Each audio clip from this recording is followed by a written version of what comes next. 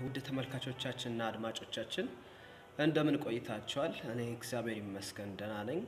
እንግዲህ ባለፈው የጀመርኩላችሁን ታሪክ ዛሬ ፓርት 2 ይዤላችሁ ቀርቤያለሁ። በጥሞና ተከታተሉኝ። እንደገናም ለጓደኞቻችሁ እንዲሁም ለወዳጅ ዘመዶቻችሁ ሼር አድርጉ። እጅግ በጣም የሚጠቅም ታሪክ ነውና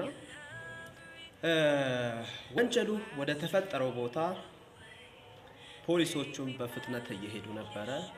እንደገናም ደግሞ ታናሽየው ወንድም ከፖሊሶቹ ቀድሞ በቦታው ይደርሳል። የሚያሳዝነው ነገር ወንጀሉን የፈጸመው ለካስ ይሄ የንጉሱ ልጅ መጥፎ ባህሪ የነበረው ልጅ ነበረ። እንግዲህ ንጉሱ ሕግ አውጥቷል። ማንም የንጉሱን ሕግ የተላለፈ ማንኛውም ወንጀለኛ እንደ ሕጉ መሰረት ይገደላል። ስለዚህ ታናሽዬ ወንድም ብልህና መልከ መልካም ባህሪ ስለነበረው ታላቁ ወንድሙን ለማዳን የመጀመሪያ እርምጃ ወሰደ። ልብስህን አውልቅ አለው። ምክንያቱም ወንጀል ሲያደርግ ነፍስ ነበር ያጠፋው እና ነፍስ ግድያ ሲያደርግ የገዳዩ ልብስ ወይም የንጉሱ መጥፎ ባህሪ የነበረው ልጅ ልብስ በደም ተነክቶ ነበረ። እናም ልብስህን አውልቅ አለው። አወለቀ። ታናሽየው ብልህ ስለነበረ የራሱን ልብስ አወለቀና እንካ የኔን ልበስ አለው። በሚያሳዝን ሁኔታ ለምን ሲለው አድርግ አለው። ፖሊሶች እየደረሱ ነው ፍጠን አለው። እሺ ብሎ ይህ መጥፎ ባህሪ የነበረው ልጅ ልብሱን ለበሰ።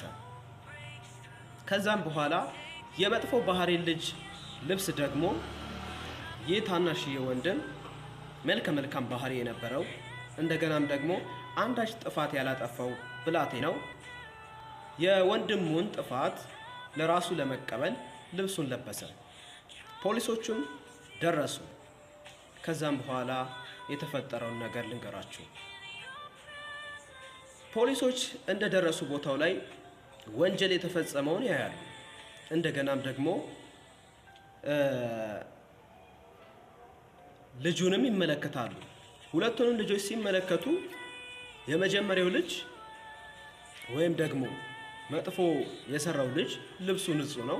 ያኛው ደግሞ መልካም ባህሪ የነበረው ልጅ ልብሱ በደም ተጨማልቋል እና ስለዚህ ወንጀሉን የሰራው ይህ ነው በማለት ፖሊሶቹም እየገረፉትና እየቀጠቀጡት ንጉሱ ወደ ፍርድ ቤት ያቀርቡታል። ወደ ንጉሱ ፍርድ ቤት ንጉሱን 1000 ዓመት ንገስ ንጉስ ሆይ ብለው ከተናገሩ በኋላ ወንጀሉ እንደተፈጸመ እንደገናም ደግሞ